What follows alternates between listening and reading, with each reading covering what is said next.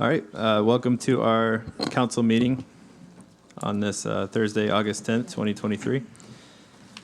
In the interest of time and efficiency and ensuring that everyone who wishes to address the council is given the opportunity to do so, the following will apply to all comments made by the public. Each speaker shall be allotted 3 minutes to address the council unless such time is extended by the mayor or questions from the council. Groups shall designate a spokesperson to avoid repetition or comments. Every effort will be made to avoid interrupting speakers. Thank you for participating in your city government. And with that, I will call the meeting to order. First, we have an invocation by Pastor Delbert Rogers from Champion Baptist Church. And after, please join me for the Pledge of Allegiance.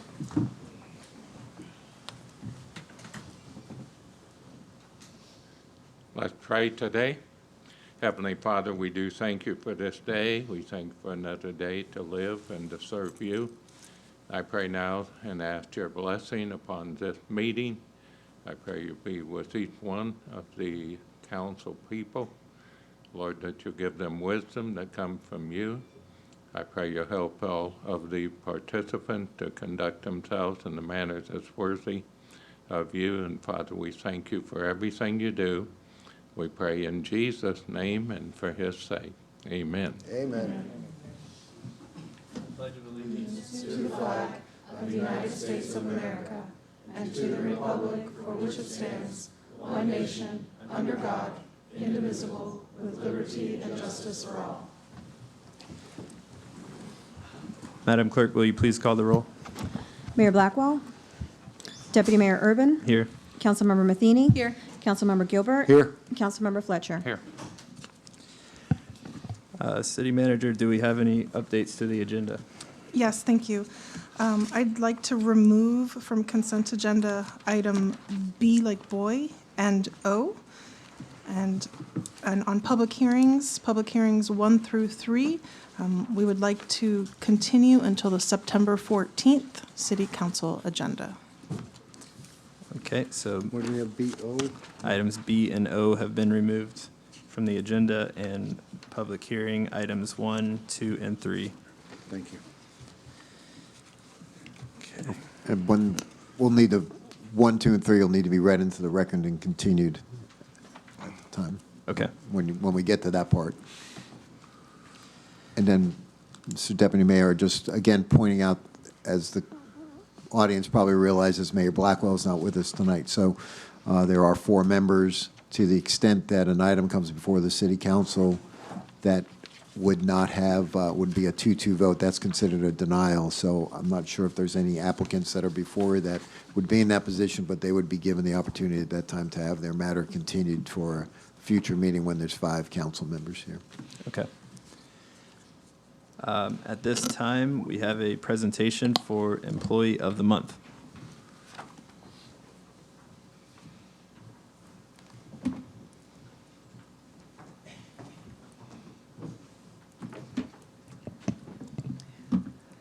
Good evening. I'm Mary Emma Batchelder, Communications Director. When we hired Andrew Sullivan last year to be our Senior Public Information Manager, we knew we'd hired somebody with great skills, but we also got somebody who is willing to go far above and beyond in doing his job. And for that, we are awarding him tonight with Employee of the Month. Before we ever hired Andrew, he showed himself to be a true team player.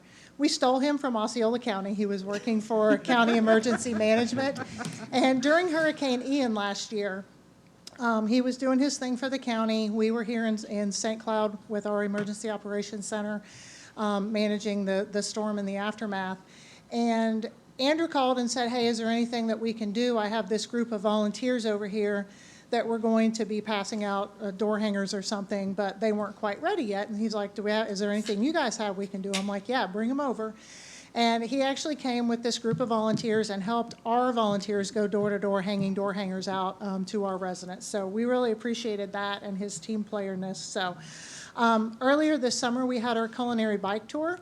And this was, of course, on a Saturday. Andrew not only showed up, he brought his family, made it a family affair, rode in the bike parade, was doing video, photos, and all that, put it out on social media. and just really did a great job for us at that event. And then that same night at midnight, he's handling media stuff for a police incident. So it was a long day for Andrew, but no complaining, and he's always happy to jump in and do whatever needs to be done. A few weeks ago, he was at the lakefront before sunrise with the police and fire responding to a missing woman down there. He put his drone up to help with some things. He set up a media staging area and just, again, did a great job. And again, it's like 5 in the morning, 6 in the morning, and he's already down there. So we really appreciate the lengths that he goes to do his job. He's been working with our media services team to enhance the quality of the videos and live streams that we're putting out of our council meetings, so we appreciate that. He's been working with me to make some enhancement to our websites, and he's created, for example, interactive maps of our CRA districts and of our downtown entertainment districts that are a big help on our website. With his video editing skills that he brought to us, this is one of the things that I personally was really excited that he had that skill when we got him. So we're able to do a lot of video storytelling. So we have done videos when we did new street signs for the city. We did videos with our staff to kind of explain what we did, how we did it, and even gave them a behind-the-scenes look at how these signs are handmade here in the city. We did what Andrew and I call the Adorable Chicken video, which was to educate the public about our backyard chicken keeping program and the rules and so forth with that. So really just have brought a lot of new skills and new benefits to our community and how we communicate with them. Before hurricane season started this year in June, he went out with the drone and was able to document all of our city assets, which is very important going into hurricane season, because if we were to get a storm with damage, now we can demonstrate condition of those facilities before and after the storm. So Andrew is a very calm, unflappable kind of a guy. It doesn't matter how crazy things get. He's very just low-key and just handles things. He's got the respect of the news media. He's very well respected within our group throughout Central Florida. So he's just been a great addition to our staff, and I can't let this get away. Behind the scenes, Andrew's a lot of fun to work with, too. He makes a lot of us participate in what we fondly call plank o'clock, where we're going to like do a little plank thing in the afternoon to get recharged. And then Weird Music Wednesday he has introduced us to. So he's a great guy to work with, has brought a lot of great skills to the city. So Andrew Sullivan, Employee of the Month.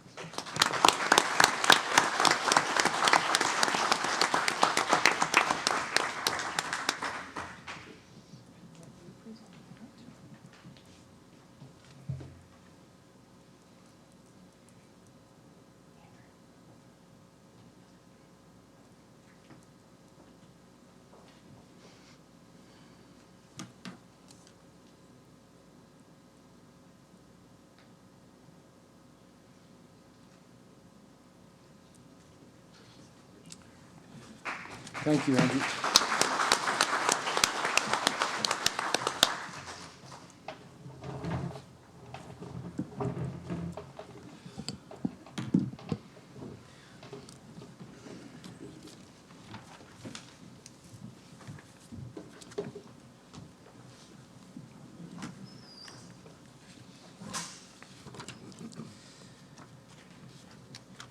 That brings us to the Citizens Forum.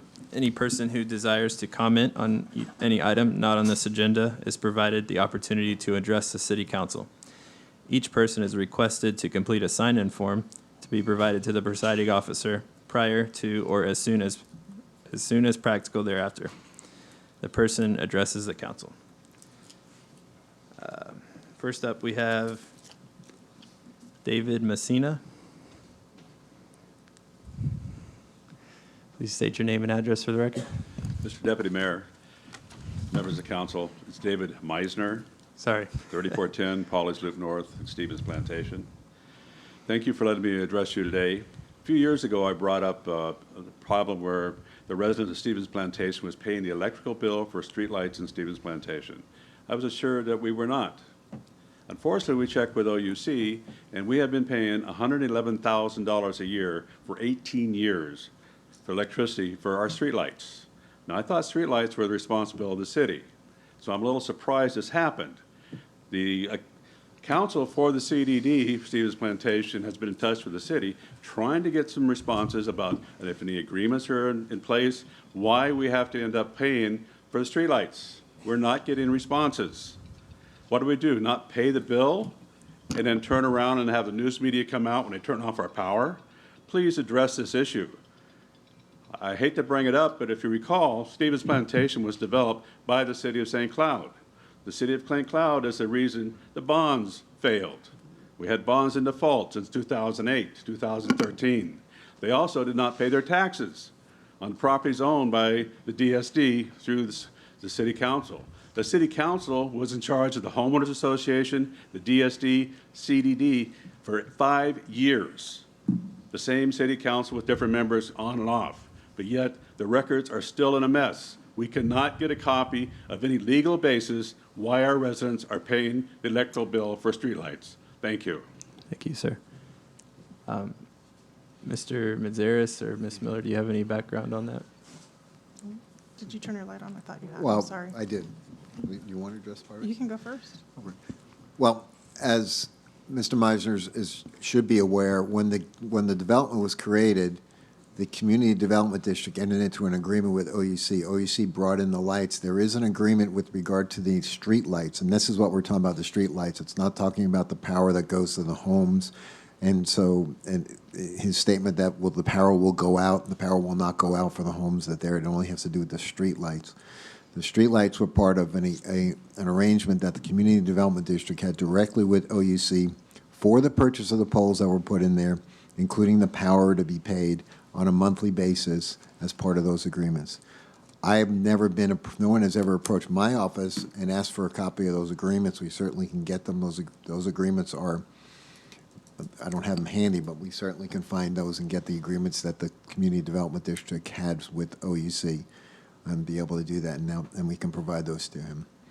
Okay. But that's why they're paying for that's why they pay for the power, because of those agreements that were entered into back then. Okay.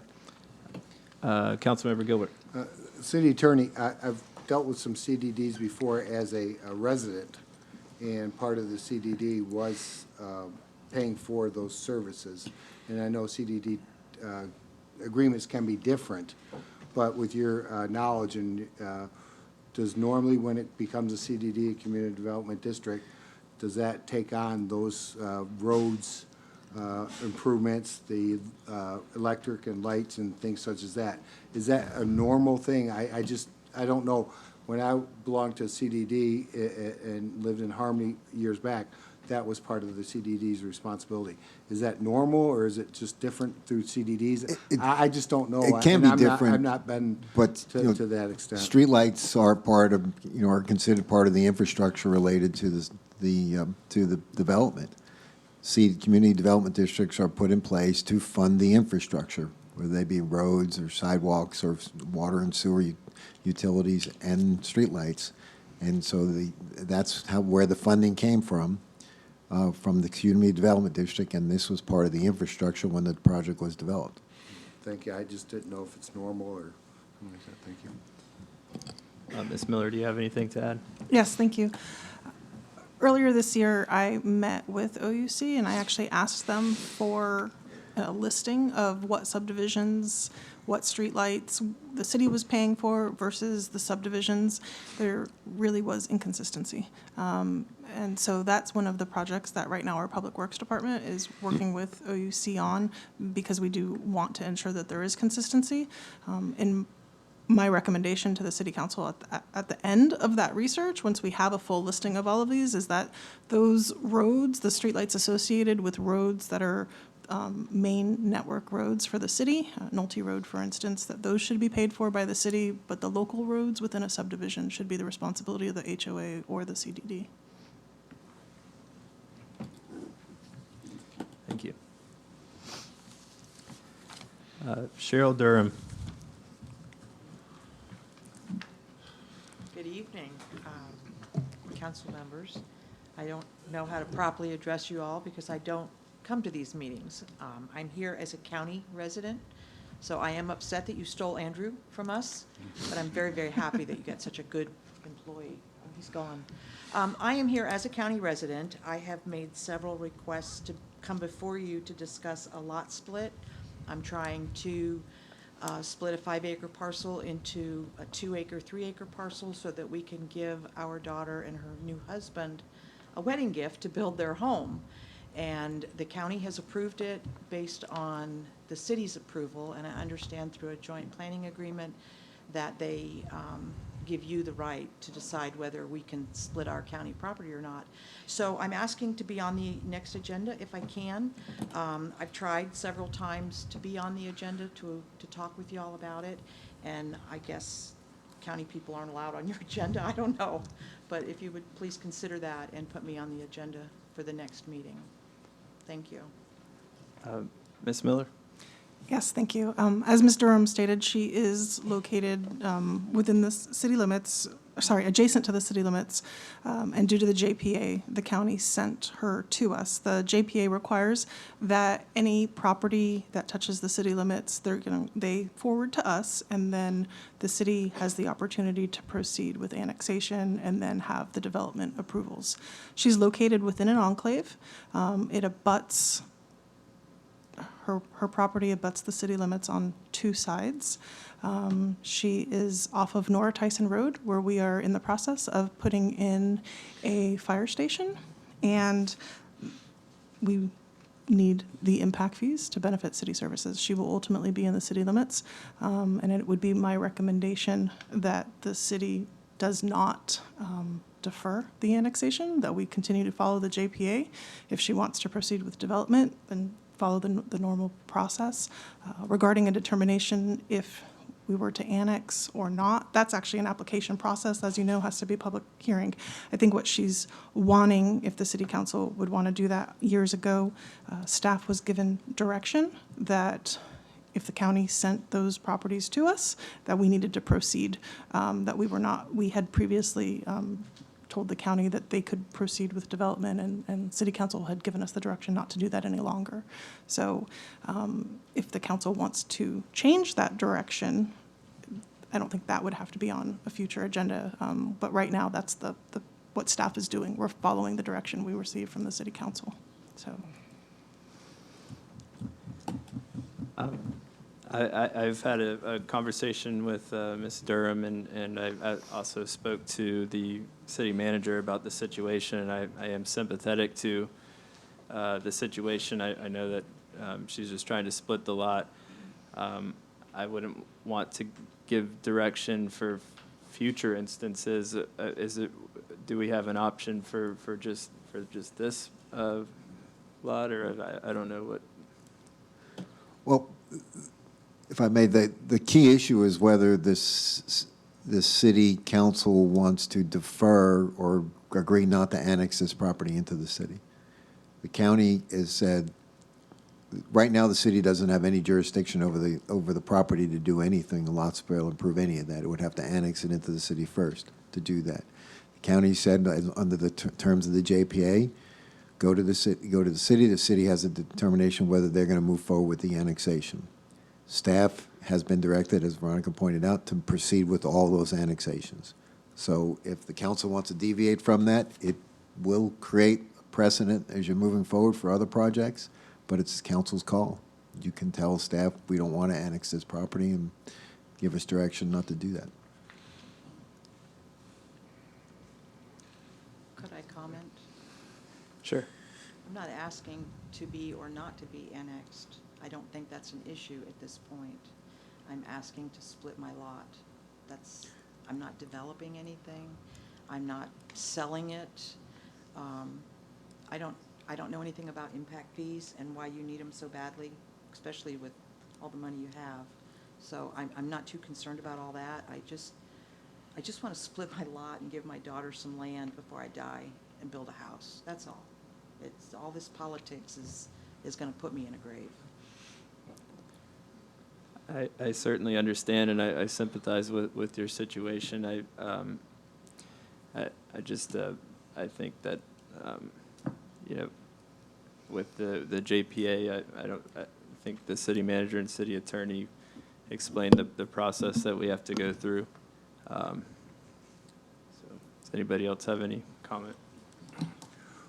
Councilmember Gilbert? Yes, we spoke in numerous occasions, and I appreciate that, splitting lots and family, I agree with that, but I'm trying to understand also, this piece of property, you said there's a fire station coming in, there's services from St. Cloud coming in, there's all this coming in. What's the holdup from splitting that? Do they have to get approval from us and also Osceola County? And again, forgive me for my ignorance in 8 months, but how's this process work as we go forward? We don't want to set precedents.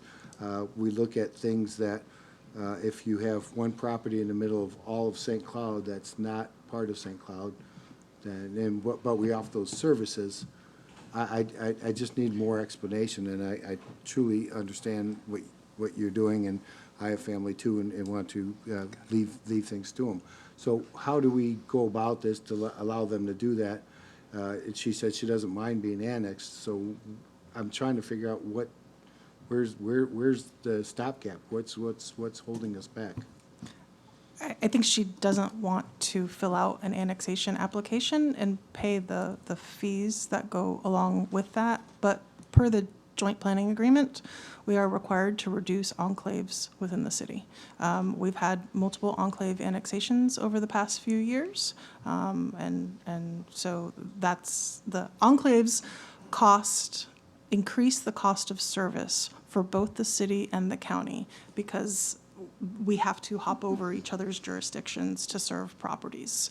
That is why the city and the county agreed that the ultimate goal was to eliminate enclaves within the city limits. I don't think the issue is the lot split. I think the issue is that she's going to build a house, and so the county is sending her to us because of that. No, that is incorrect. The county is sending me to you because of the lot split. I did not put a permit in to build a house. I put a permit in to split a lot. That's all I did. If the city wants to be and play this game, I'm game. I'm in the county. I can build a second house. I don't need your permission. But that's not what I'm trying to do. I'm just trying to give my kids 2 acres. I lost one kid. I didn't get the opportunity to do that before he passed. I got one left.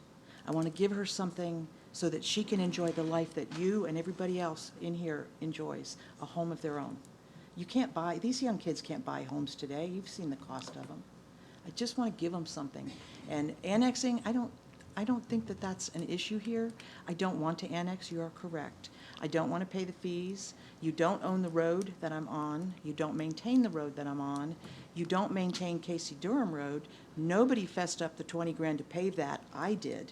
I paid the money to pave the road. I paid the money to make sure the fire department to get down there. Nobody came out there and said, oh, Cheryl, you can't even access back here. You have people living back here. Let us fix this for you. Nobody did that. I've done it all on my own for 30 years. I've lived there for 30 years. I want to just give it to my kid. That's all I want to do. And you guys are stopping me. This has been going on since February. Councilmember Matheny? Thank you. I just want to ask one question. Is there a way, since she's just wanting to split it at this time, is there a way to defer the annexation conversation until such time the building permit is pulled? Because that's going to be with the water and sewer agreement, right, which she's not ready to build a house. There won't be a water sewer agreement because it's not, we checked with the health department. We thought that was going to be we spent hours going over this, trying to find a way, legal planning, myself, because we thought maybe that was the easy button, but there is no easy button. I wish there had been. My understanding from talking to the planning department is it's not from the county approval. It's not necessarily for us to approve the lot split. They're sending it to us because a lot split is considered development. And development, and under the JPA, they're supposed to come to us and say, hey, are you going to annex this property? So if you don't do it at this time with this application, then they would still be in the county when they pulled their building permit, and then wouldn't the county send them back here? Because it's in the JPA? If you didn't do it now? Well, as Ms. Miller pointed out, the county is considering the request for a lot split as the initiation of development on this property. I get it, And but could so- it be deferred to? So if we, frankly, if the council just says, tell the county we're not going to annex this property, then the county gets to do what they want to do. Excuse me. And then but that is contrary to the existing, the JPA. Excuse me, according to the county, they said they just, I'm sorry. That's all right. We just, we have to wanna keep put it rolling. on the Just, I'll let you speak one more time. Thank you. According to Dave Nicholson in the county, which is the gentleman that was handling the permit, said that the county has approved the lot split, and they just need City of St. Cloud to approve the lot split.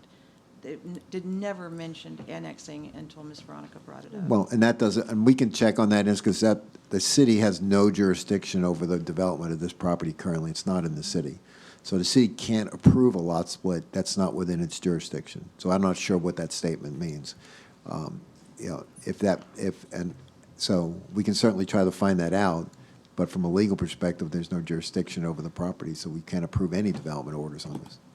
Can I ask the council to give direction, and we'll try, to say that we don't object to the lot split, however, we would like any further development on the property to come back and see if the county will accept that? Yes, I would be fine with that. That's a absolutely. good idea. Okay, thank you. Thank you. Thank you. That brings us to the, I'm sorry, does anybody else want to speak in the citizens forum? If not, that brings us to the consent agenda. The next portion of tonight's meeting is the consent agenda, which contains items that have been determined to be routine and non-controversial. If anyone in the audience wishes to address a particular item on the consent agenda, now is the opportunity to do so. Additionally, if staff or members of the city council wish to speak on a consent item, they have the same opportunity. Does anybody on the city council want to pull an item for discussion or separate vote?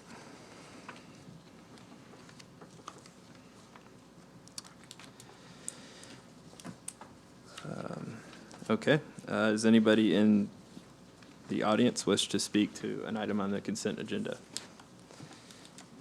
Enrique LeBron? Please state your name and address for the record.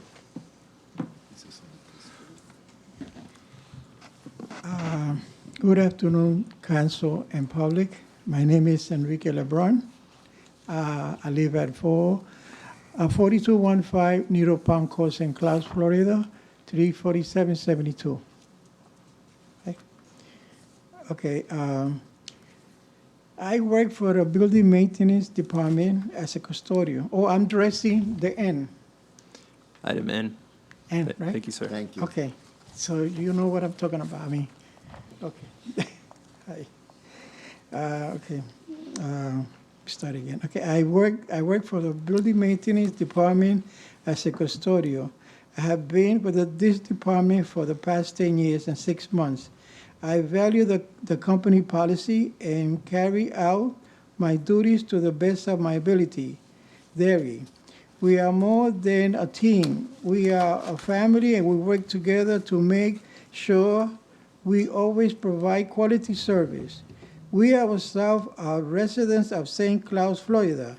This is our home, and we take pride in keeping it clean and safe to all. My compassion allows me to know actually how to handle this situation to all my years of experience. Before I find that there's no one more fit for this position than myself. Thank you kindly for your time. I hope you could take into consideration to all I share with you all today. God bless you. Thank you. Lamont Johnson, also for item N. Evening, Deputy Mayor, City Council. My name is Lamont Johnson. I live at 1776 Cross Prairie. I am a city custodial worker. This is my staff right here, part of my staff right here. We work together, part of the city maintenance. what we're here for this evening is that our job, we see that our job is being outsourced to another company.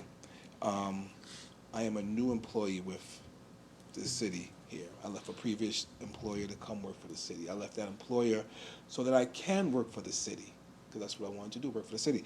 But now I see that my job is being outsourced to another company. We're here to hope that you consider keeping us city employees, because that's what we enjoy, being city employees, working for the city of St. Cloud. This company that you guys see that won a bid, we know nothing about. We don't know if they're going to accept us into their fold, what their benefits are, salary is, pension plan offer. We have no clue. We don't know anything about this company. But we're here this evening so that we can see if you do reconsider outsourcing our jobs and keeping us city employees. I've been told if you want to stay a city employee, reapply for something else in the city, I'll be honest with you, I have, but I don't know if I will be considered for another employment opportunity with the city. I have one now. So I would like to stay with the city, stay being a city employee. Thank you. Thank you. Matthew Hargrave, item N. Good evening, council and staff. My name is Matthew Hargrave. I live at 1360 Beechwood Drive, St. Cloud, Florida, 34772. I'm a city employee. I've been at the city for 16 and a half years. I work in building maintenance. I'm not a custodian. I'm going to read a couple of statements from our custodians.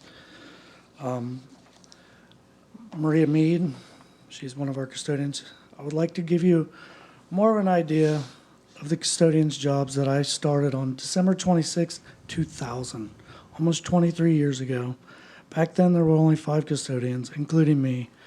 We were in charge of cleaning all the city buildings, outside parks, restrooms, and at that time, there weren't as large as they were now. The biggest building was the police department and fire department. In 2004, they added City Hall, Community Center, Fire Department 31. At that time, the city contracted out because they were too large for us to clean in-house. Some of the problems they had with the contract company was the citizens and employees called and complained about missing stuff from offices, bathrooms not being cleaned properly, offices still being dirty or not vacuumed properly. So in June 2007, the city decided for the best interest of the city was to get rid of the contract service and hire 3 new custodians. This is what we've had in place since then, which is a total of 8 custodians. After that, there was 5 years of the economy in recession. We were just happy to have our jobs. Since then, the city has grown so much in the last 10 years. We have added 9 more facilities and still with the same staff that remain responsible and dedicated and loyal to our work in good and bad times. So my question to you, do we want to go backwards and maybe get the same results as before, or do we want to keep the same high level of service that we have now? Respectfully, Maria Mead. And this is for Bijen, our custodian here. Good evening, council. With all due respect, I want to voice my concerns regarding the decision that you will be making today on the employment of my fellow coworkers. I have been a loyal employee for the city of St. Cloud for over 10 years and was looking forward to retire from the city. Now that might be taken away from me and my fellow coworkers. This decision you will be making affects more than the bottom line. This is about people who have families, who depend on them for insurance, food, shelter, and other necessities of everyday living. Do you think that you will be getting the same service from the contract company that we have been providing the citizens and employees for the city of St. Cloud? Will they take pride in their work like we do on a daily basis? Can they be trusted to go into City Hall offices before or after work hours? Will they be allowed into the police department with the extensive background and fingerprinting process that we have to be cleared by the FBI?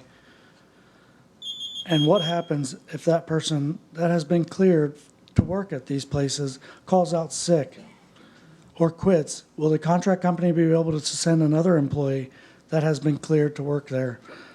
And will they know the layout of the facility or any other facility within the city? We have dealt with other contract companies in the past to help us when we are shorthanded. Either they don't show up or they don't, or they do, and we have to train them, and after we train them, they end up quitting, and the process starts over and over.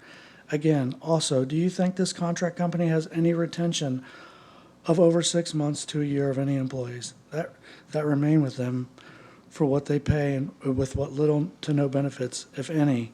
I could go on, and I'm sure I left out different scenarios.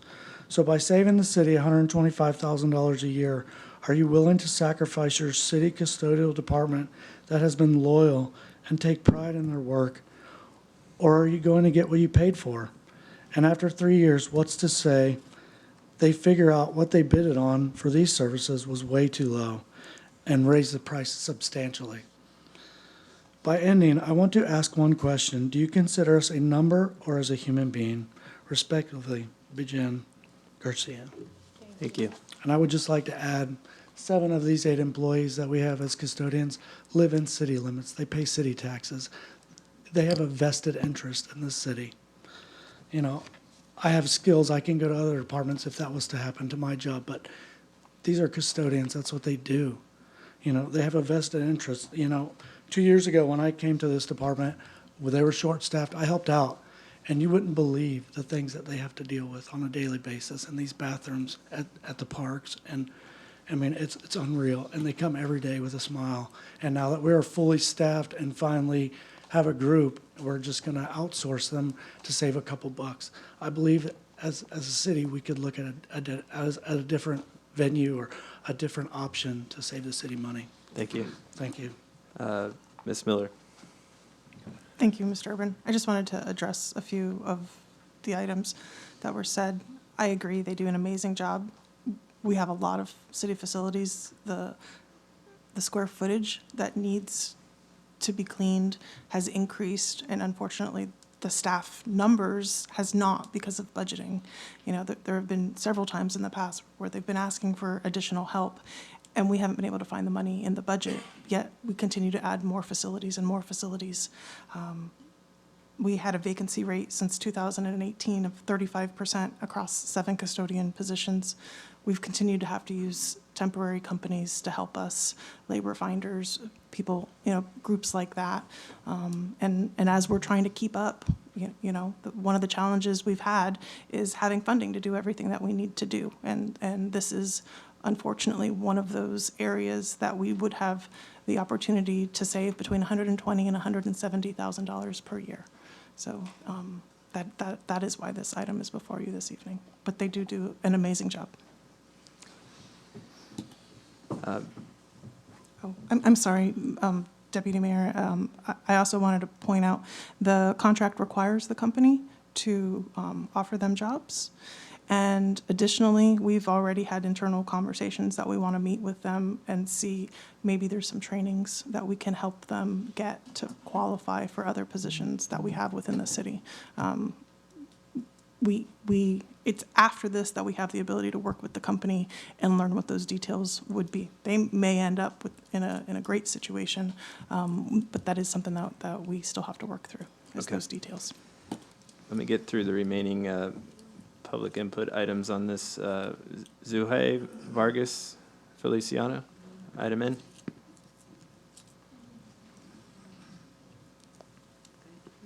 Hi, how are you? She don't speak English. I'm gonna try to translate you that what she said. Okay. Okay. My name is Suhey Vargas. I'm living in 3934 Wind Dancer Circle. I'm working here for 3 years and a half. I'm working in the PD office. Okay. Okay, I'm gonna try translate what she said. If a private company offers for the price that you think they are going to provide a better service than of who are resident of San Cloud, and I am employee of the city. I came from working for Osceola County School, and I apply here for the reason I am head of family, and my husband, he passed away. And your hand is your solution of beginning unemployment, 90 days before the holiday. Thank you. Thank you. Emmanuel Rodriguez, item N. Good evening, City Council. My name is Emmanuel Rodriguez. I live at 1023 Jersey Avenue, St. Cloud. This is going to be a little off the cuff. I have a few anecdotes I want to share about my time working for the city as a city custodian. I started back in January, and I moved out from California, and I was afforded the opportunity to work for the city. And, I was excited about that, and because I know I could provide a good quality of work to the city. And I was happy to find out that, my bosses, like Maria, taught me so well. Every time I missed a little thing, she would be like, oh, you see that corner that barely anybody looks at? We have to get it. We work for the city, and we have pride in our work. And I was like, yeah, and I really appreciated that. Everybody I work with is respectful and kind and just does great work. And it's really unfortunate with the bidding, what's going on. Some people haven't really taken vacation in years, especially the people that have worked here for like 10 years. They keep working, but they've started taking some well-deserved vacations recently. And whenever I fill in for them, in offices, they tell me basically, dang, she's missing a day. She does such an amazing job. And it's everybody I work with, I hear nothing but praise about them. And I'm honored to work with everybody in the custodial department and in building maintenance in general. And I just think it's unfortunate that if this goes through, all these people's lives will be displaced quite a bit. And, we're going to be losing 10 to 20 years, people with 10 to 20 years of experience for, of course, like about $100,000. And I feel personally as though that's kind of priceless and that shouldn't be replaced. Thank you. Thank you. Councilmember Matheny. Oh, thank you.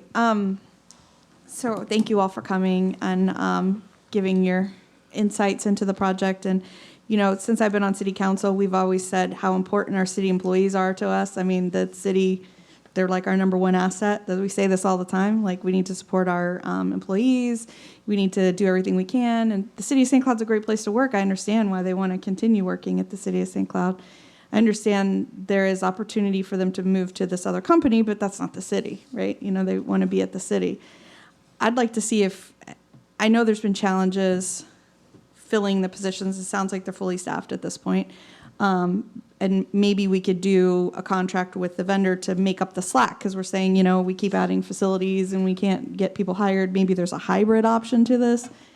But I think we would be better served having the city employees providing the service to us. And I think we could be creative and tighten our belts and find the money in our budget. I would like to vote on it separately, but that's just my 2 cents on it. I think since I've been here consistently, we're like, our employees are our number one resource. And then, so I don't think we should make this move. So you'd like to vote on item N separately? Councilmember Gilbert. Yeah, this is a tough one because we looked at 38% of filling the gap, so to speak, and we're looking at doing that. We have an ever-growing city, as people know. United States has grown by 4% over the last 10 years. Florida's grown by 17% over the last 10 years. Osceola County has grown by 49% over the last 10 years. Our city has grown tremendously. They're coming. I would never want to lose a valuable employee. Being an owner of 17 companies throughout my life is that. But I would like to have at least a guarantee they have an option to be a part of the city in different departments, even if that takes training or things such as that. These are valuable employees with families and things like that.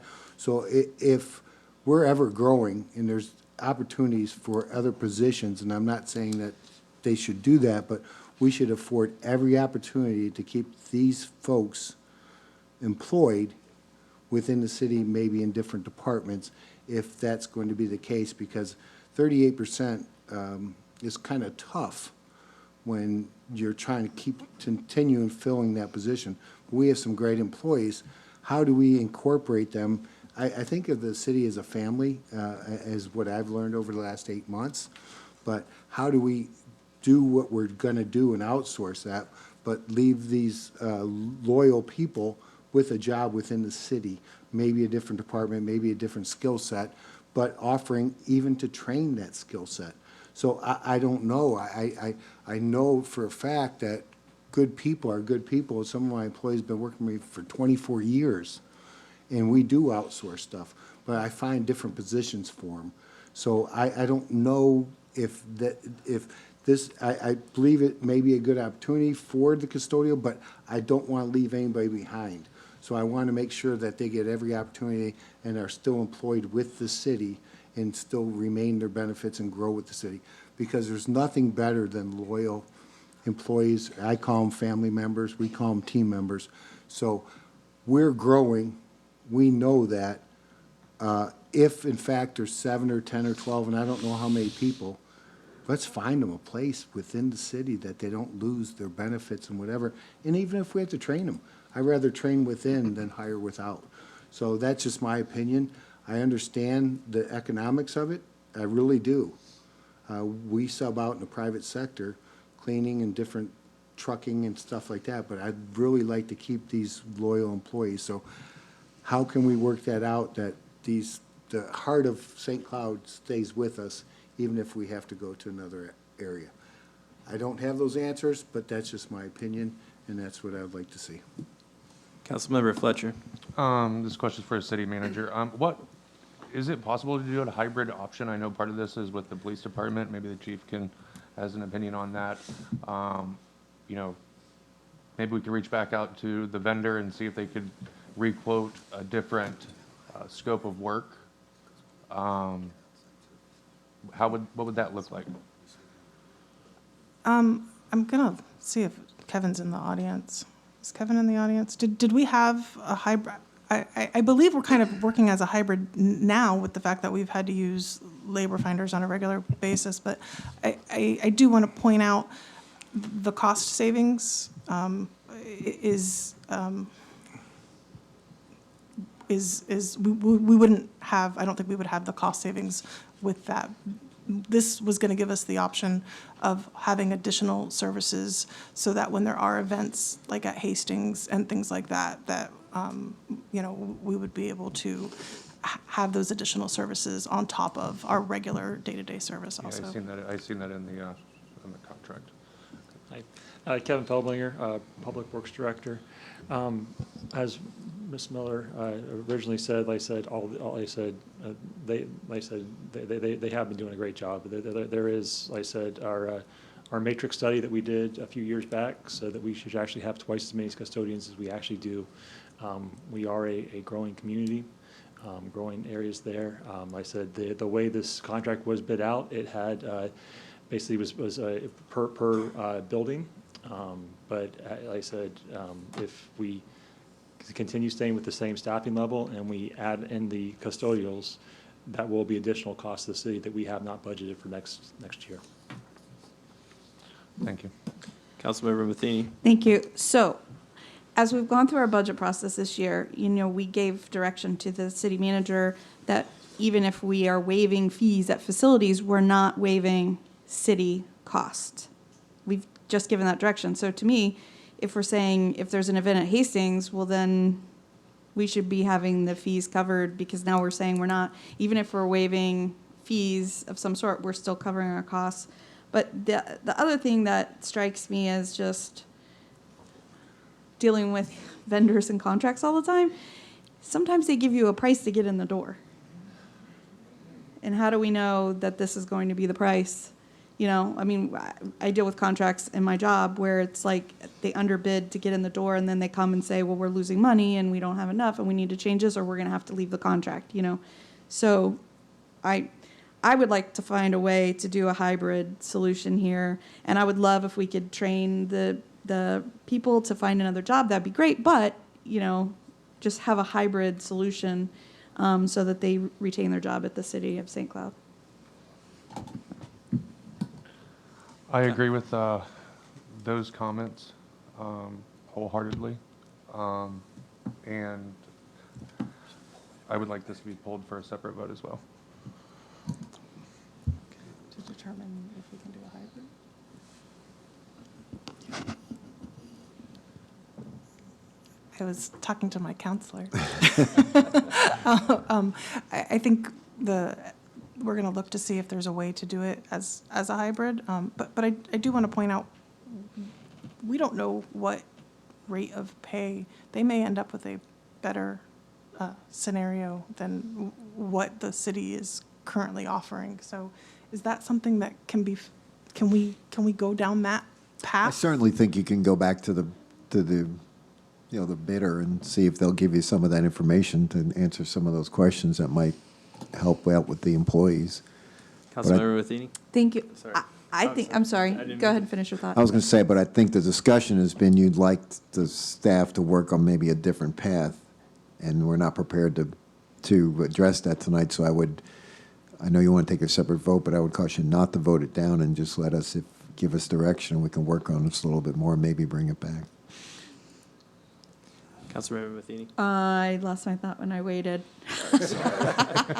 Oh, no, I know what it was. I personally feel that they want to be city employees is what they want.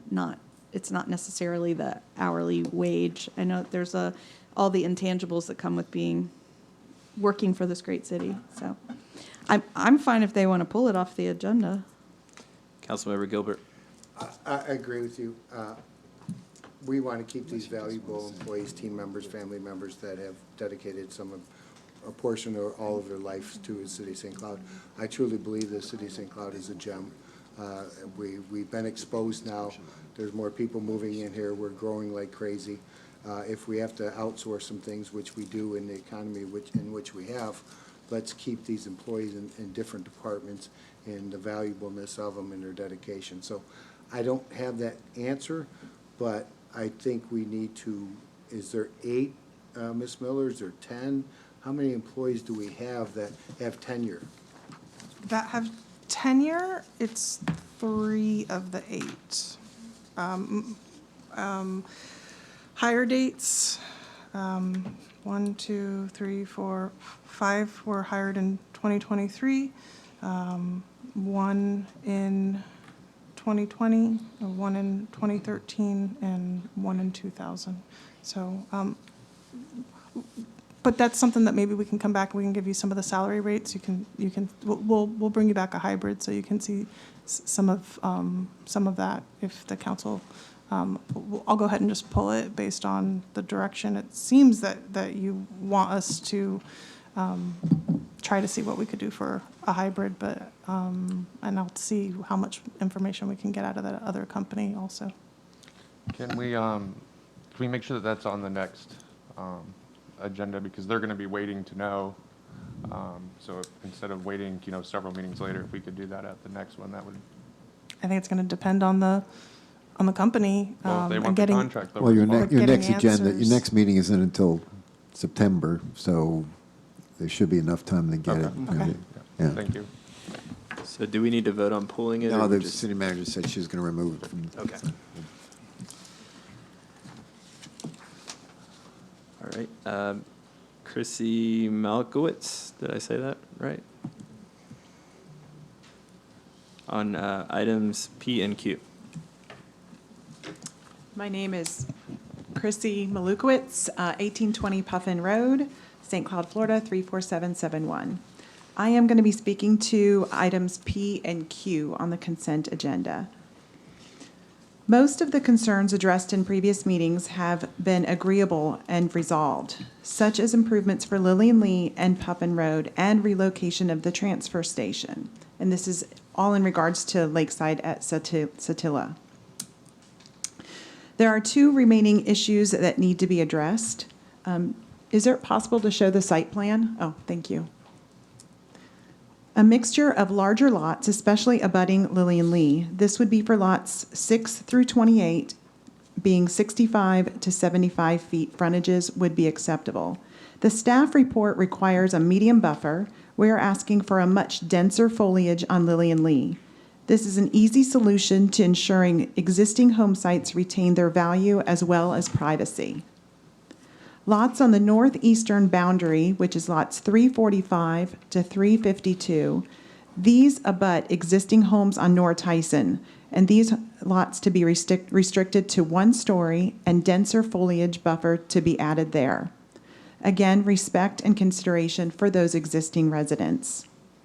The traffic study for this development compiled jointly with the other 2 developments proposed for this community was extremely wise decision, and hopefully this will set a precedence for other proposals.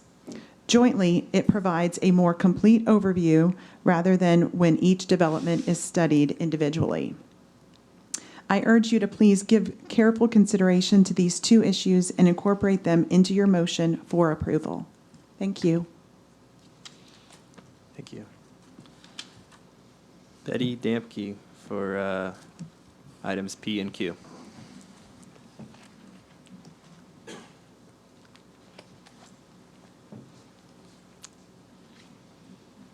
Betty Dampke, 4776 Hidden Heights Trail, St. Cloud. Ditto to exactly what Chrissy said. Yes, we worked on it together. We're very grateful to Joe, the attorney, and to all that worked on this to resolve some of the issues before it came up again. But the 2 issues that Chrissy just outlined, they are important, and we hope that you'll discuss them and come to a reasonable resolution for us. Again, as she stated, if you make changes to this, please remember to include it in your final motion. Otherwise, it's this conversation up here and carries no weight when this is developed. Thank you. Thank you. Does anybody else in the audience want to speak to this or any other item on the consent agenda? Does anybody in the council have any discussion on these items or on the consent agenda?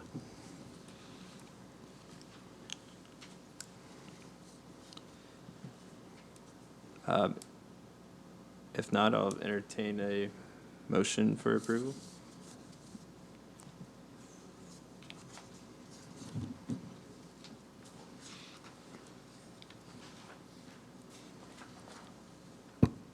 Motion to approve the consent agenda,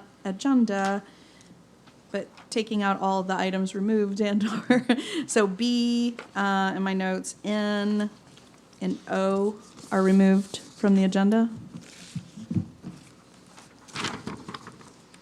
Second. We have a motion by Councilmember Matheny, a second by Councilmember Gilbert. Madam Clerk, will you please call the roll? Deputy Mayor Urban? Aye. Councilmember Gilbert? Aye. Councilmember Fletcher? Aye. Councilmember Matheny? Aye. Mayor Blackwell? Motion carries 4-0. That brings us to the public hearing section of the agenda, and if I remember correctly, we still have to read items 1, 2, and 3 into the... Yes, have to be read and then continued to the September meeting. Okay. Madam Clerk, will you please read item 1?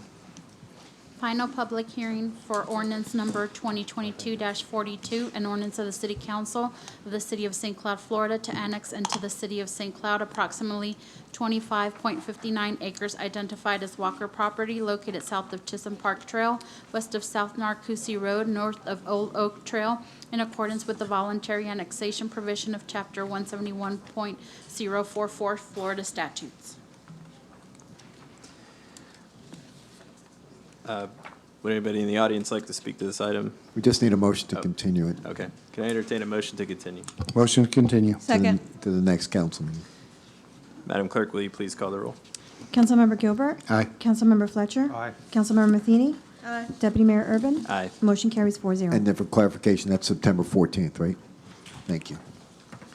Madam Clerk, will you please read item 2?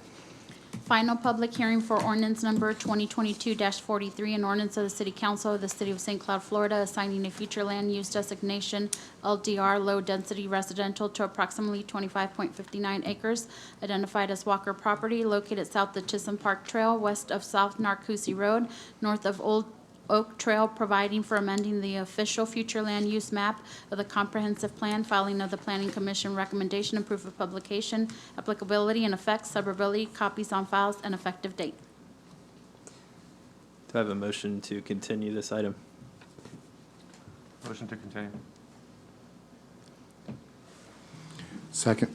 We have a motion from Councilmember Fletcher, second from Councilmember Gilbert. Madam Clerk, will you please call the roll? Councilmember Fletcher. Aye. Councilmember Matheny. Deputy Mayor Urban. Aye. Councilmember Gilbert. Aye. Motion carries 4-0. Madam Clerk, please read item 3 into the record.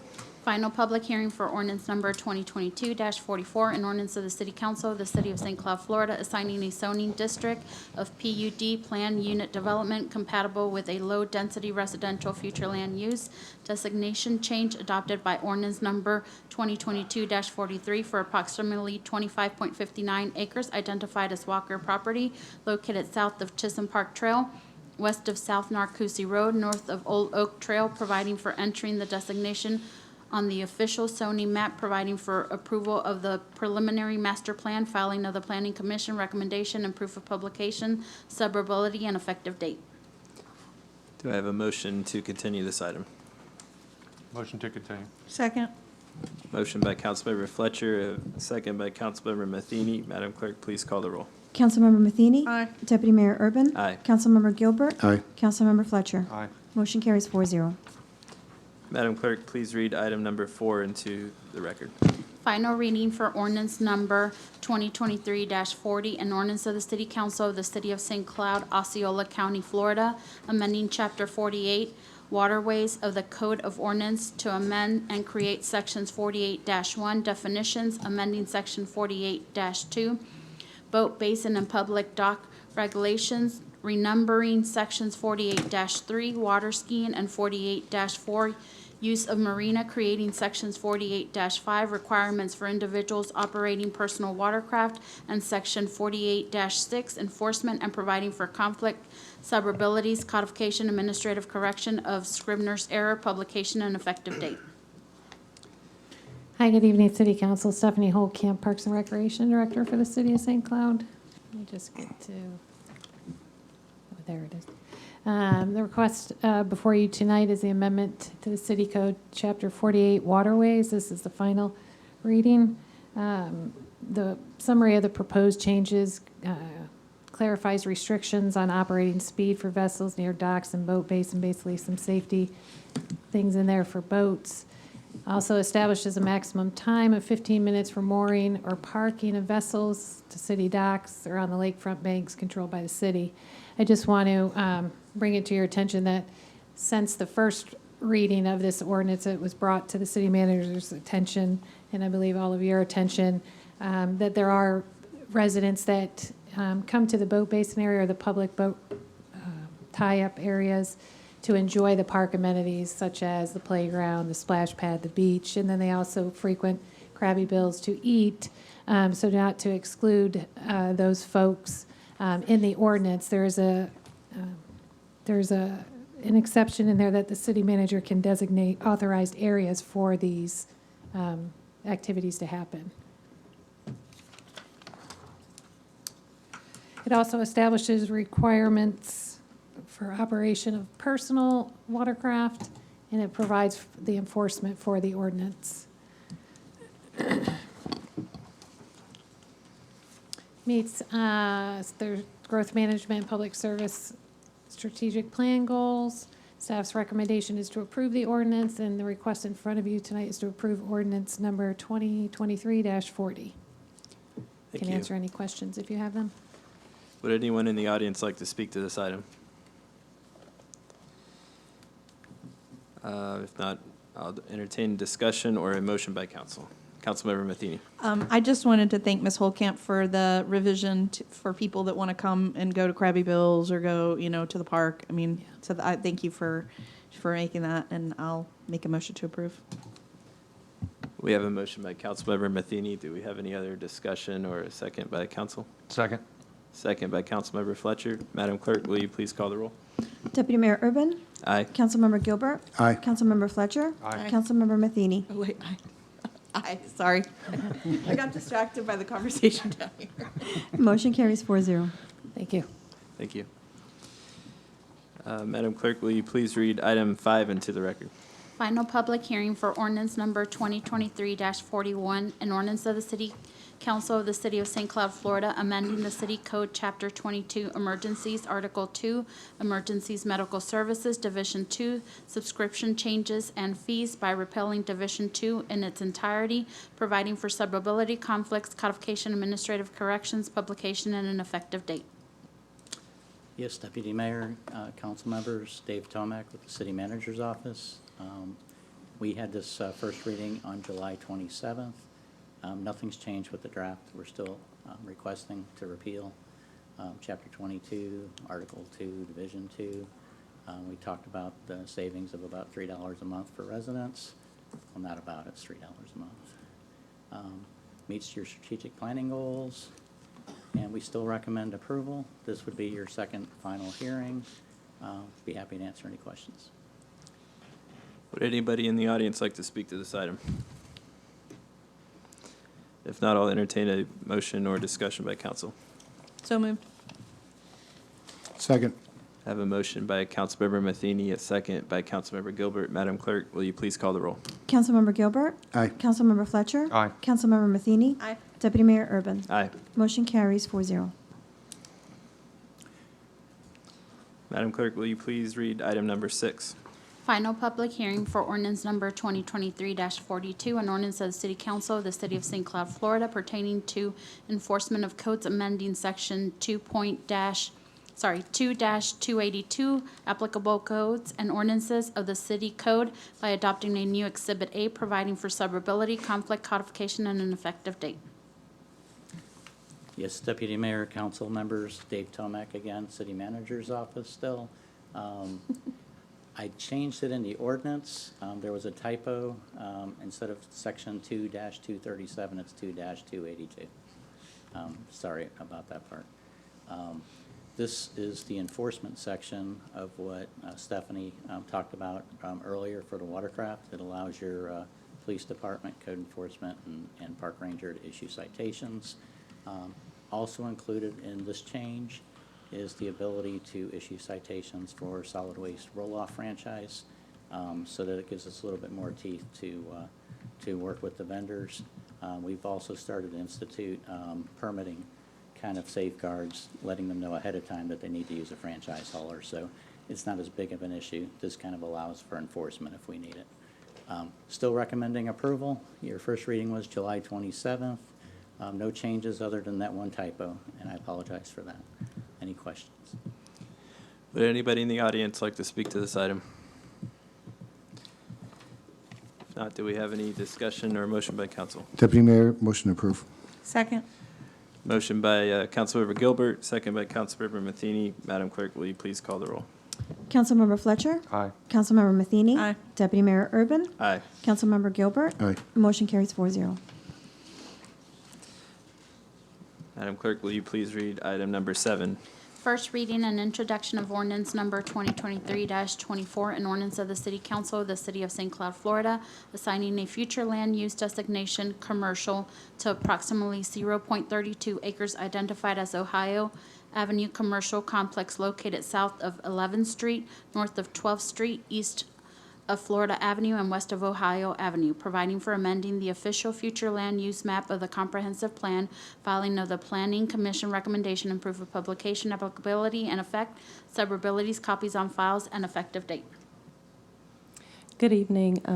If I may ask, Deputy Mayor, can we also have item number 8 read into the records because the presentation has been Sure. combined? Yep. Madam Clerk, please read item number 8 into the record. First reading and introduction of ordinance number 2023-25, an ordinance of the City Council of the City of St. Cloud, Florida, providing for the zoning amendment of the zoning map of the Land Development Code of the City of St. Cloud, Florida, specifically changing the zoning designation of approximately 0.32 acres identified as Ohio Avenue Commercial Complex from P Professional Zoning Designation to CBD-2 Central Business District 2, zoning designation with a commercial future land use designation adopted by ordinance number 2023-24, generally located south of 11th Street, north of 12th Street, east of Florida Avenue, and west of Ohio Avenue, providing for entering the designation on the official zoning map, filing of the Planning Commission, recommendation and proof of publication, subbability, and effective date. Thank you. Melissa Dunklin, Director of Community Development. This request is for a comprehensive plan and zoning map amendment for the project known as Ohio Avenue Commercial Complex. The existing future land use is private institutional. The existing zoning is professional. The applicant is requesting to change their future land use to commercial and their zoning to CBD2. The development is not compatible with the surrounding area because the current future land use and zoning designations are intended as a transitional area between the CBD and residential areas. This request will not have adverse impacts on city facilities. However, considering that there are no minimum parking requirements for the development in the central business district, the zoning map amendment may adversely influence living conditions in the area because they can potentially increase the number of cars parking in undesignated areas. Ohio Avenue is currently a local road that has not been improved to urban standards. Here's a graphic representation of the future land use and zoning maps depicting the private institutional land use and professional zoning districts for context. This request meets the strategic plan goal for for growth management.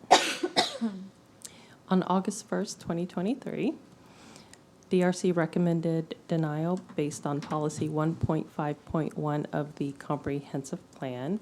And I need to explain that that was after it went to Planning Commission. So when it did go to Planning Commission recommended approval of the land use and zoning map amendment. However, when the requests were presented to Planning Commission, staff was reviewing the findings of facts based on the proposed commercial development not being able to develop under the existing conditions. After we analyzed this further, staff recognized that the proposed development could be approved under the existing land use and zoning existing land use and zoning with the approval of a variance. Staff would support that variance.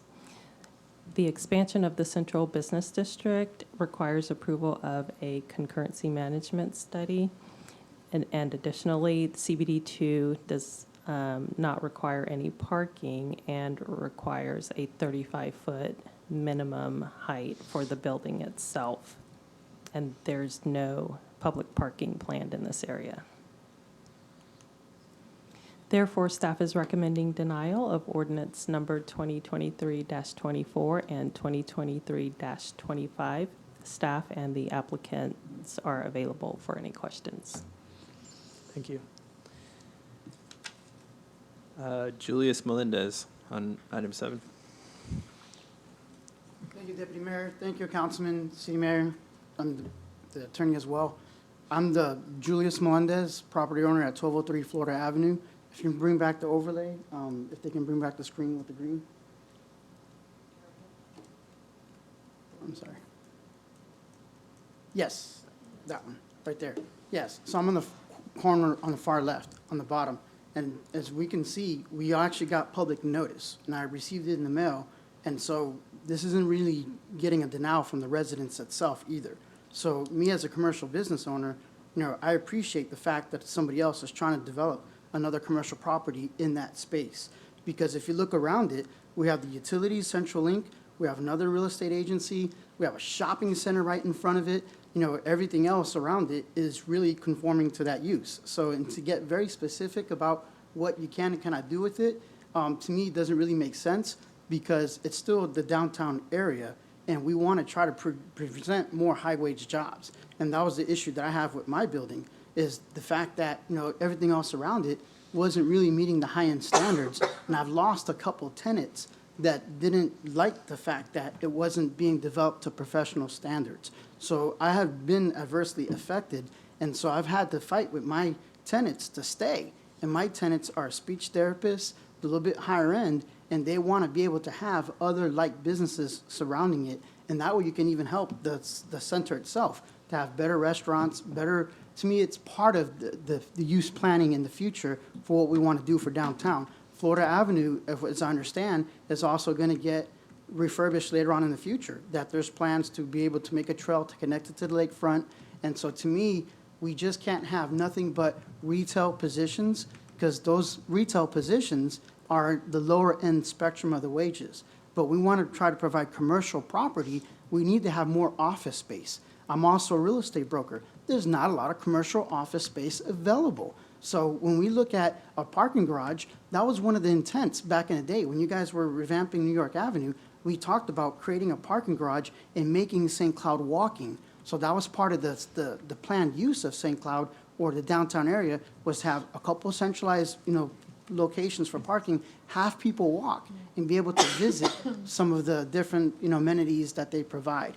So I just want to let you know that from a neighbor, this isn't coming from the neighbors and the residents saying, we don't want this in our backyard, because the reality is there's not very many residents there. As a matter of fact, I got 20 more seconds, on Florida Avenue, one of the residents sold out and it got remade into a commercial property. So it's very close. So if you want to say the difference between Florida Avenue and Ohio, they're linked streets, and the average citizen does not know the difference. It's really the government that's kind of making that distinction. And I just want to let you know that we don't have a problem with commercial buildings providing high-wage jobs. Thank you. Thank you.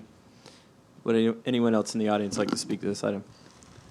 Please state your name and address for the record. Good evening, Eric Jarvis, J. Crew Construction, on behalf of the owner of the property, as well as the applicant. I just wanted to address the commission a few things. This has been going on, an ongoing process for a while now, and it's, you know, a lot of paperwork, as you can imagine. It originally was sent to the Planning Commission on the 16th of May as a staff recommended recommended approval. It was approved at the Planning Commission. It's kind of been going back and forth. Bless you. It's been going back and forth between myself and the planning department, trying to get this approved. I know some variances were originally brought up, but the rezoning to CBD2, it doesn't really negatively impact the area. The direct lot adjacent directly west of it is already zoned CBD2, so it's already in the area. The lot is currently zoned professional, which is a commercial lot as it is anyways. So just requesting approval just so we can continue the growth of downtown to like he was saying, more of a commercial atmosphere. With the lot size that's there now, the zoning change, it does help with the parking and development of the property. Do you have any questions for me? Councilmember Gilbert? None for you. Okay. I'm sorry, but thank you. Yes, Thank you. Would anybody else in the audience like to speak? Open it up for discussion by council. I do have a question to the city attorney. I have a building on 1209 Florida Avenue called Place for Grace Ministries, which I've purchased and donated to Place for Grace Ministries, and they pay $1 a year for 90 years. I don't know if I can vote on this. Sure you can. This is, you don't have, unless you have an interest in this property. I just wanted to make a public Yeah, record. you don't have a I conflict. just wanted to be upfront. Thank you for that asking. we have the 1209. I just wanted to make sure because I was not aware. Thank you very much, city attorney. I did speak with the applicant. With respect to staff, I do understand where they're coming from and the parking concerns. I don't see an issue with this personally, but I don't know if anybody in the council has any other discussion. I would make a motion for approval.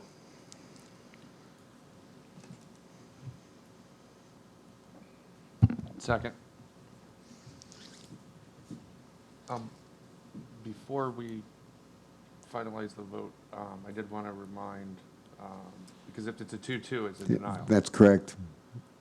So the applicant would be given the opportunity again to roll this over to the next meeting so that they can have a full council to address After we it. vote. Well, right now. Okay. I appreciate you bringing it up, Mr. Fletcher. It's your call. Would the applicant like to speak? Sorry, Deputy Mayor. I think we all, from the city of St. Cloud, we know what we want, right? We have the vision of growing the downtown area. And I think what we want to build, it bring quality to it. I think Mr. Melendez just said it, retails, it's just retails. We want to bring professional people in that area, professional, that can further develop the area, right? I had the vision of developing not just that one place, but hopefully as the city keep moving forward, be able to develop other area, right? Where we can bring jobs to the city instead of sending jobs out, right? So I think it's the right place to start, and I have full confidence that we all have the same vision of bringing more quality into the city than sending our people out. So I want to keep it on the agenda. Thank you. We have a motion and a second. Madam Clerk, will you please call the roll? Councilmember Matheny? It's a no for me. I am going with the staff recommendation, and I think that maybe someday this will be great for this, but just not right now with the parking considerations and other items. Deputy Mayor Urban? Aye. Councilmember Gilbert? Aye. Councilmember Fletcher? Aye. Motion carries 3-1.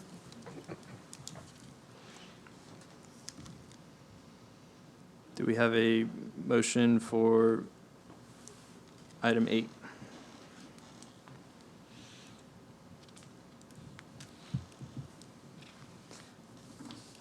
I'll make a motion for approval on item 8. Second.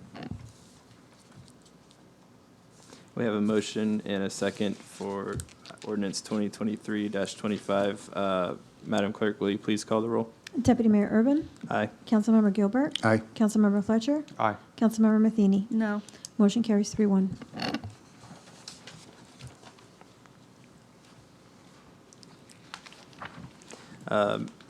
Madam Clerk, will you please read item number 9?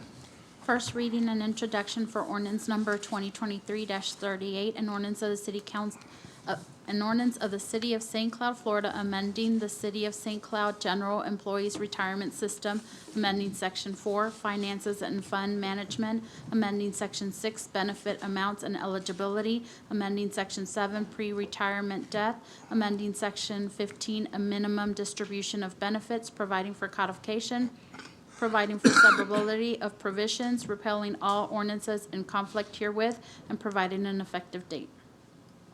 Good evening, Justin Kleesner, Human Resources Director. We just finished in the last meeting approving the one-time ad hoc COLA for pension participants for our general pension program. We've been tasked by the council to find a long-term solution to provide cost of living adjustments to current and future pension participants. And so we worked with the pension board to come up with those solutions to be consistent between both the police and fire pension and the general pension. So before you tonight is that long-term solution to provide that that 1% cost of living adjustment provided annually for the general pension participants, current and future. And staff supports this ordinance. Would anybody in the audience like to speak to this item? If not, I'll open it up for discussion or a motion by council. Motion approved. Second. Motion by Councilmember Gilbert, second by Councilmember Matheny. Madam Clerk, will you please call the roll? Councilmember Gilbert? Aye. Councilmember Fletcher? Aye. Councilmember Matheny? Aye. Deputy Mayor Urban? Aye. Motion carries 4-0. Thank you. Madam Clerk, will you please read item number 10? First reading and introduction for ordinance number 2023-39, an ordinance of the City of St. Cloud, Florida, further amending the City of St. Cloud Police Officers and Firefighters Retirement System adopted by ordinance number 2006-125 as subsequently amending Section 1, Definitions, amending Section 4, Finances and Fund Management, amending Section 6, Benefit Amounts and Eligibility, amending Section 7, Pre-Retirement Death, amending Section 16, Minimum Distribution of Benefits, amending Section 30, Supplemental Benefit Component for Special Benefits, Chapter 171 175 and 185 share accounts, providing for codification, providing for severability of provisions, repealing all ordinances in conflict herewith, and providing an effective date.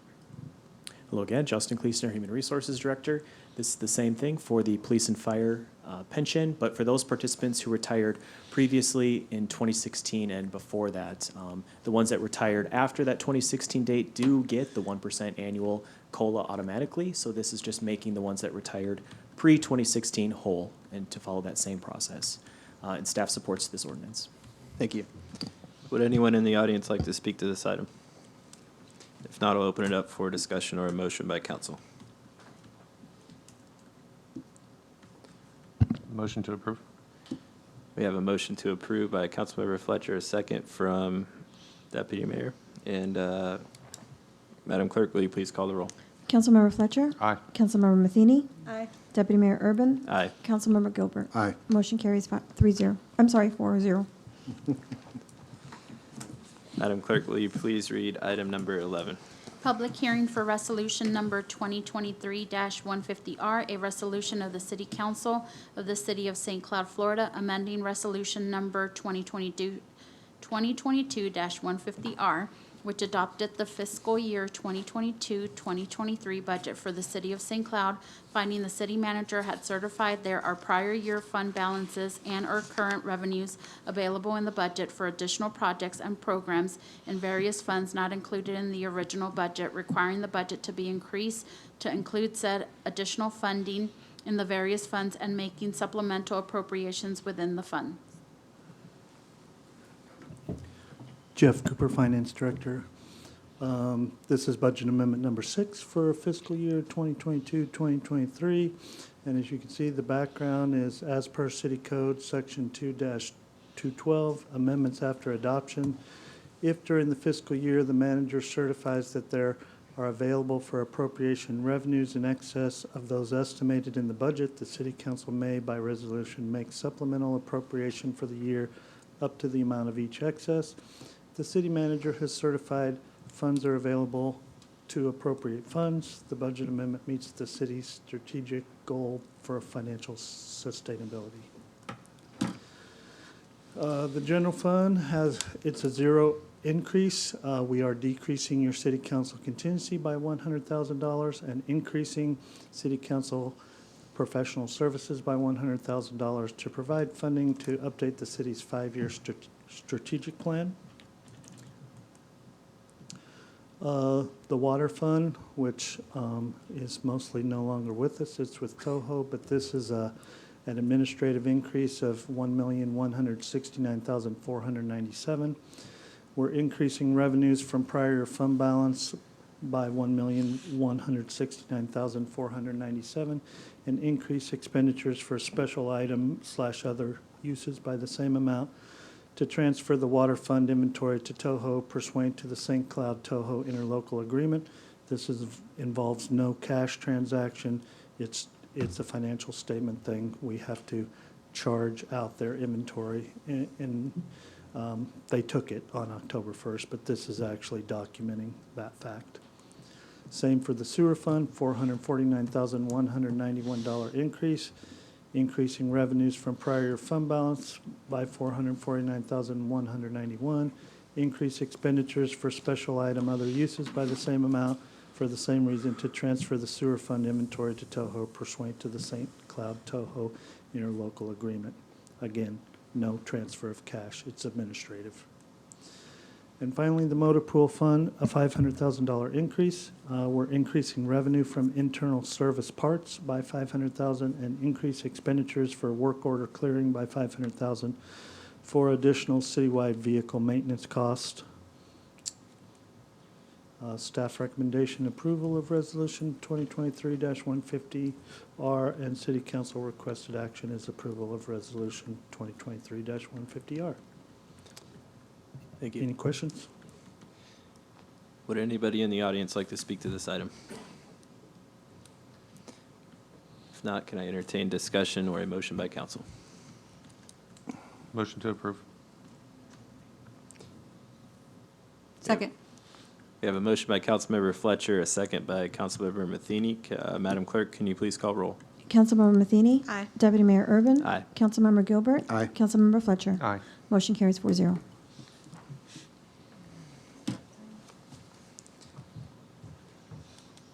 We do not have any council action items this evening. Mr. Manzares. I do not have anything, Mr. Deputy Mayor. Thank you. Ms. Miller. Thank you. I have 3 items. First, I wanted to let the city council know the mayor and staff were notified that we have been promoted in Metro Plan from the Metro Plan Advisory Council to instead we now have a voting seat on the board because our population has increased to the level that gives us a vote beginning in February. Awesome. Additionally, sharing some good news, the Parks and Recreation Department was awarded $40,000 in grants from the TDC. Our Fall Festival, $10,000, Great Outdoors Day, $5,000, New Year's Eve, $15,000, and St. Patrick's Day, $10,000. Where was that from? I'm sorry. The TDC, the TDC. Tourist Development Awesome. Great. Council. And last, I went to the Osceola Arts lip sync contest, and in case nobody else brings it up, I just wanted to congratulate Councilwoman Matheny for winning Judge's Choice. It was amazing. And that's all. Thank you. Well, congratulations to the lip sync champion. Do you have anything St. for Cloud's us? going to have a team next year. Could you show us a little? I was going No, to say, no, if you no. do it in 3 minutes, I'm ready. There's a stage right there. Yeah. Jay, cue You have the to music, buy a Jay. table. You have to fundraise for the event. Ms. Matheny, do you have anything for us? Yeah, I didn't really have anything, but you gave that great update on the grant dollars. And I remember when we did the transition over to Toho, it seems like we were supposed to ask for some money from them, like they have money that they give to events. They've been giving money to the events. They gave us money for New Year's Eve. They also gave us Okay. money for July 4th. If Stephanie was still here, I'm sure she could tell us even more. But they've also Great. been I just giving want to us make sure money. we were following through with that. They've been sponsors. Wonderful. That's all I have. Mr. Gilbert, do you have anything for us? Well, I'm on that TDC board, and it's been a pleasure working with that and the grants that St. Cloud has received. There are many more out there, so I would encourage us and other venues within St. Cloud for that money. It's the grant money from the revenues from the taxes from the tourism, and tourism is just blowing up here in Osceola County. I think we're further along than Orlando right now, and it's a great board to be on. But there are grants, so I'd suggest to everybody to look forward to that in the future. Now, I will tell you that we will not approve any kind of golf grants. It has to be grants that bring people into the city, that build the city, that bring tourism to the city. And that's why it's a Tourism Development Council. So it's a great council, and there are monies, and St. Cloud got just about everything they asked for through the process and point system that it works. So that was a great thing. I do have to look at and ask the city manager, we had a record agenda with 5,800 and some odd pieces of paper. We killed 72 trees and whatever. But what I'd like to look at is the city manager looking at something that's pertinent to us, not the portfolio or who the office manager is for XYZ company and how many years they've been with them. Just pertinent information, because believe it or not, I didn't sleep, but I did read. And I went to Evelyn speed reading course, and it still didn't do well. But I'll look at somehow where we can condense those areas, maybe a tab A and a tab B, that if we have to look into the certifications, the profiles and things like that, because procurement does such a wonderful job. But I can only imagine how painstaking that is for them to go through and produce 5,782, and probably I'm wrong there, pieces of paper that I have to look at, and just because I'm anal that way. But if we can kind of look at some kind of area to look at, and I know council had looked in the past that wanted all that information, and council may disagree with me, but I think we could condense it a little bit to really get to the nuts and bolts of what we make decisions on. And you know, not how long the secretary's been for the cleaning company that we're hiring. Just an idea with that.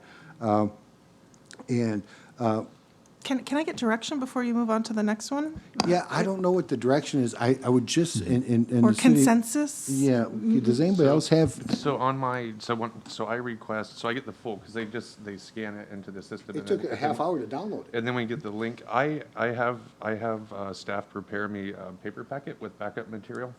And it's a lot more condensed that way. And then I can search through the PDF and stuff. I'm not as astute as you in that internet thing. I still read the paper. Deputy Mayor Cole Hirban doesn't know what the paper is, but it's that thing that comes in the morning. But but I would really like to find a way to help us help the citizens better by looking at stuff that's very important to us, not the certs and all that. Procurement does such a wonderful job. I'd really like to take a little bit off their plate, and when they do. Don't know how to do it, just asking in a public forum of that to be done. Can I find out if there's 3 council members that agree to reduce it's typically the procurement items that we have to have all that backup. Staff would be very happy in many departments to not have to do that, but like Councilman Gilbert said, we did previously receive direction that the council wanted all that backup. That comes as part of these bids. And can I see 3 heads nodding if you would like the same? I don't know. I mean, I think as you read through it, you kind of realize for council, I understand your meaning, like for citizens to not be overwhelmed by the agenda packet. Is that your intention? No, I'm overwhelmed. For Ken. I have 5,800 pages, and I get them on a Friday, and then I have my briefing Yeah. on a Tuesday, and then I don't have family things on Saturday and Sunday because I'm studying. Yeah, I like the information, and then, I read through it, and then you kind of see the stuff that you need to dial into and not. But I think if I ask them to cut it down, they might cut out stuff that I think is important. I just think it's kind of tough. I mean, I do agree sometimes when this is just an example, but it doesn't happen anymore. But back when we used to buy vehicles, and there would be 5 agendas to buy vehicles, they would attach the same contract 5 times, that we were piggybacking for the sheriffs. And so that's hundreds of pages. It was just over and over again. I mean, so if it was something like that, we don't do that anymore. We've streamlined that process, but I don't know. I think it's kind of hard to tell them to decide what information they think I need. Well, I would look at certifications and qualifications, and those are things that when we put bids out that have to be done to qualify for that bid. But I don't need to know Susie Smith has worked for the company 10 years as a secretary. And What if we it's get only that. what if it's only the company that we're recommending versus I the don't have that others? answer. I'm just asking council to help me be able to be a better judge, not having to read 5,700 pages versus 2,500 pages, which I don't mind, that are pertinent information to the decisions we're making. I don't have that answer. I just know the redundancy of contracts, and like you said, buying a vehicle, you know what size wheel it is, and you know what torque it is, and things such as that. I don't have that answer. I don't. I just want to know, I want to be more efficient and be better to serve my citizens that elected me versus reading stuff that I don't need to know about. I don't have that answer. I apologize. So before Veronica was our city manager, you should have seen the agenda packages. I would just like to say. Really? For real. I gave her, when she became city manager, I said, is this a fluke? And didn't I? I said, is this a fluke? These are great agenda packages. So a lot of the changes we made in procurement, I think, have helped streamline that, process. But yeah, they were regularly 5,000 pages. Oh, really? I know Yeah. this was a record. This was 5,780 pages. This is a record of Yeah. packet information. They were regularly up there because it was, but, so I know that she's made a lot of changes and streamlined, and procurement has made a bunch of So is policy Mr. changes. Tomek too, just to give Right. him some kudos. I just don't have the answer. Oh, there he's right in the center. I'm looking all around you. I'm and Mr. Tomac, who's streamlining things, and I just don't have the answer. I'm just asking for suggestions from council and management, how we can be better served of reading pertinent information than redundancy of qualification information from our bidders that have to be qualified in certificates and things such as that. I don't have that answer. Well, if I could, I think if you look at the packet, I do believe there is a significant amount of information that we in the legal profession would call boilerplate that's contained in the packet. if you look at some of the items that are in there, I just pulled up under the one item. As part of your packet is the instructions that go to the bidder about how to submit their bid. I mean, you don't, that's a page you don't need to see. I think, Councilman Matheny, your point is a little different. You want to see the nuts and bolts of what the response is, maybe what the specs were on the project, but all these, the certificate of insurance, whether they, the federal standards that are required, that the federal government requires, whether they meet whether they meet the whatever diversity requirements, all those standard boilerplate things do not have to be as part of your package. So I think that's where it is. And we can remove that stuff and you won't miss it. Well, I guess I'm just thinking, are you creating more work for them to have to cull through? I don't know, but that's, I You know, just said instead of it, I'm just not doing attaching the the work. package, then they're gonna have to cull through and say. I'm trying to Yeah. create less work, and even if there's a tab A and a tab B that says this is the pertinent information, if you want to look into it further, go here. But I don't know how procurement goes and gets us 5,700 pages of information. She comes in at 5 a.m. and she works until And 7 you know what? I am p.m. I admire her so much. I wish you could come at 8 to 5. Yeah. And Well, that's the only unfortunately, suggestion I'm making. The procurement process, especially as when you get into procurement that is using federal or state dollars, has gotten crazy in terms of the requirements. Right. And I do think there's a lot in it. The answer, you bring up a good point. For procurement, it may be harder for them to cull out some of Okay. this information than it is to just put it in. I don't know. So We certainly can look at that. as I'm a rookie or what, 7 years now, almost 8? Maybe I'll just try to find a way to breeze through that stuff and Oh, I think not Yeah, look. I'll also work with procurement, but I mean, I was looking to see how many heads were nodding, it sounds like maybe, we're gonna be working on updating the procurement policy anyways, and that should be coming to, the original plan was September. I'm not sure if it's still gonna stay in September, possibly move past that right now. But, maybe by then, we'll have some suggestions and we can talk more at the next city council meeting. Okay, thank you. I just didn't know how to be more effective for their citizens versus doing that. And it might be just me being a rookie. I get that, so I'll take that in consideration. But can we talk about it or something, maybe? Okay, thank you. You got some direction, right? All right, Councilmember Fletcher. I only had one thing. The chief had an opportunity to ride with Trooper Steve, so if you haven't seen that yet, that is amazing. And I just wanted to tell Trooper Steve if he's bored and he happens to be watching that he needs to bring a bigger truck next time. That's all I got. That was a very entertaining video. I enjoyed that as well. I don't have anything, so with that, it'll bring us to our information section.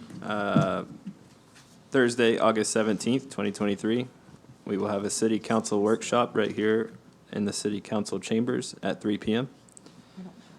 Thursday, September 14th, we will have a city council meeting at 6:30 p.m. here in the city council chambers. We are also having a CRA meeting on August 17th before the city council workshop at 3. Yes, yep, we will have a special CRA meeting before the workshop on August 17th here in city chambers. Warrant list number 15 is available for your review, and with that, we are adjourned. Good job, Colby. Colby.